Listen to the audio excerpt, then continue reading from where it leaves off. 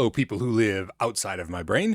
I had a question recently from a friend of mine, Lewis. I'll put his question up here. Basically, he wanted to know how I got my diagnosis for adult ADHD. And I didn't answer him right away because I was on my phone and I felt like it was too much to type out with my thumbs. And then I got to a computer and I was like, oh man, that's such a long answer. I kind of don't want to type it all out either. So this is me responding in video, kind of doing it the lazy way. Not really the lazy way, but I just wanted to put this out there so everybody else might know too, because it can be a really complicated process. And I know that it's going to be different depending on where in the world you live. Now, Lewis, I know doesn't live in the US. He lives in Portugal. I don't know what the mental health situation is there. I don't know how seriously things like that are taken, how they're addressed or anything like that. But I can tell you what I did and what happens pretty often here in the US. And then hopefully that gives you some ammunition to talk to a doctor or talk to somebody to see if you can get an actual diagnosis. So I'm going to look over at notes briefly here because I made notes, even though I didn't write the whole answer out.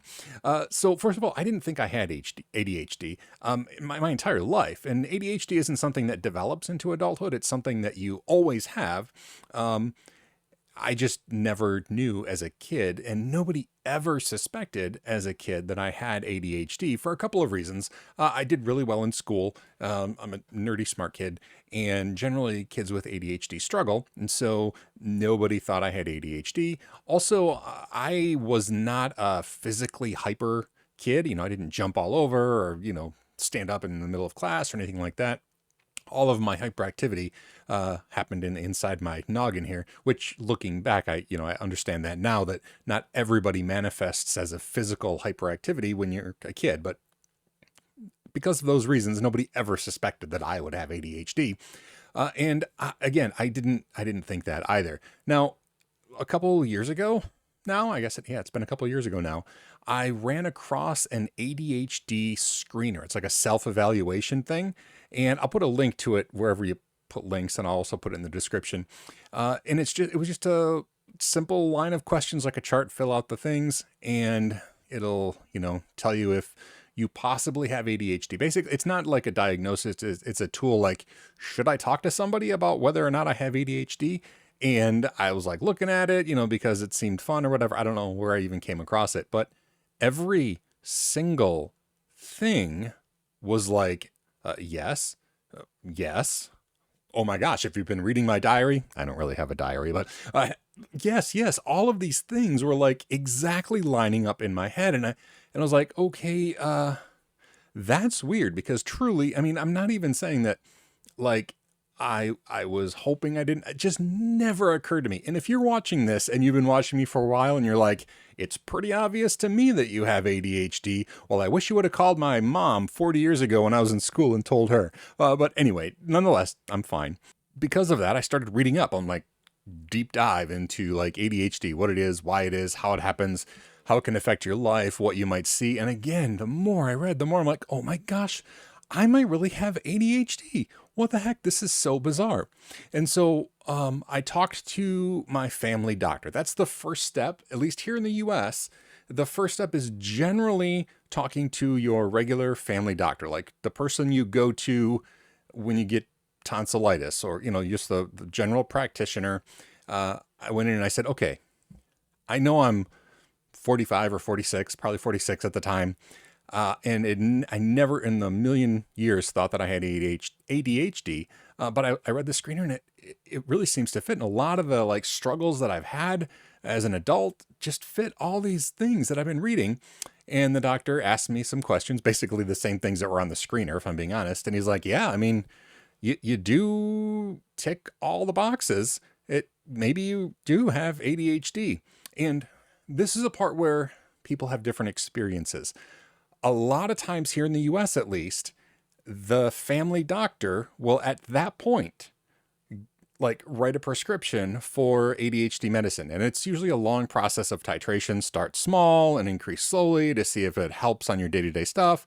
The doctor, and I'm grateful for this, but my family doctor wasn't comfortable doing that. He's like, I mean, you tick all the boxes, but I don't want to just give you a prescription. Again, I'm not saying there's anything wrong with that approach, because my doctor wanted me to get a professional evaluation from somebody who specialized in adult ADHD. And that's kind of a rare doctor. In fact, he recommended somebody who was out of town. And then when they got back into town, they went out of business. And then I found somebody far away and made an appointment. And they specialized in childhood ADHD, but it was the best I could do. And then out of the blue, there's a local doctor who doesn't only specialize in ADHD, but in adult ADHD. And so I don't remember how I got a hold of him. Probably my family doctor said, "Hey, I found somebody," and I got an appointment. Went in. I think the test was $600. It might have been $400 or $600 for the test. Insurance did not cover it, so I had to pay out of pocket for it. But again, this was potentially like a big deal in my life, and so I really, I went through with it, got the appointment. It took like another month and a half to get an appointment. It was like a half-day long process where I took like written tests, and I sat down and talked to the psychologist person, the specialist, with an interview. He actually interviewed my wife as part of the process. I took some computerized tests that tested various things. There were some questionnaires. There were some like responsive tests. There was some like attention gauging tests. I actually thought I did really well on all of the testing, to the point where when I left, I thought, all right, well, it's not ADHD, but now I know. I'm so glad that I know that's not what it is, because truly I felt like all the tests went exactly normal. My attention span was fine. Like a week later or 2 weeks later, however long it took, I got the results back, and I don't just have ADHD. I have severe ADHD. And this professional psychologist in my medical report was saying things like, Sean has an abysmal attention span. He is, unable to do this and this. And this is going to affect every aspect of his life. I recommend medication. I recommend therapy. I recommend immediately starting on both. It was something else. Also, during that test, the psychologist also noted that, and he, not prescribed, he diagnosed me with, major depressive disorder, which was not a surprise. I knew that I had depression, but this was the first time an actual mental health doctor, a psychologist, had actually evaluated me for it and, documented that I have major depressive disorder.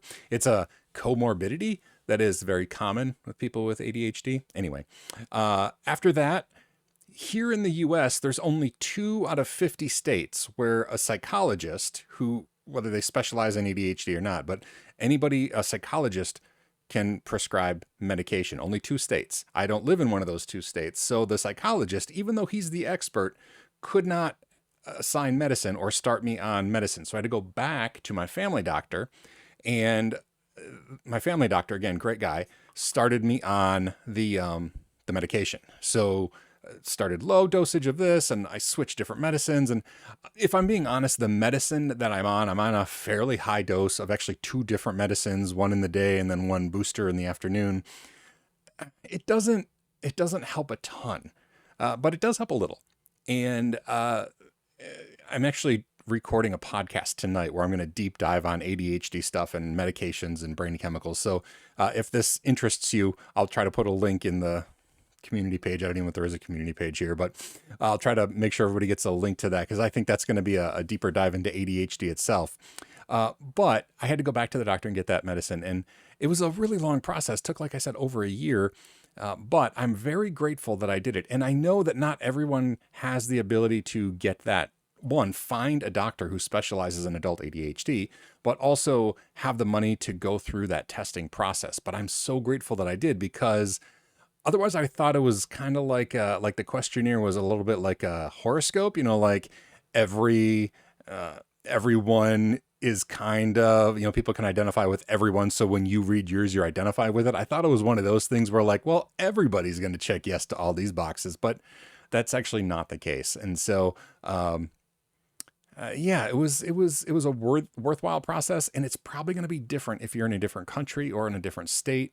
I know that mental health is approached different ways all over the world. But here in the US, that's the process that I had to go through, which was complicated, but possible and worth the effort. And even though medicine doesn't work incredibly well for me, the knowledge that I have ADHD drastically helps because I know why I am the way I am in a lot of ways. And that alone, even if the medicine does nothing, that alone is a big, big help. So anyway, hopefully that answers your question, Lewis, and anybody else that might be curious.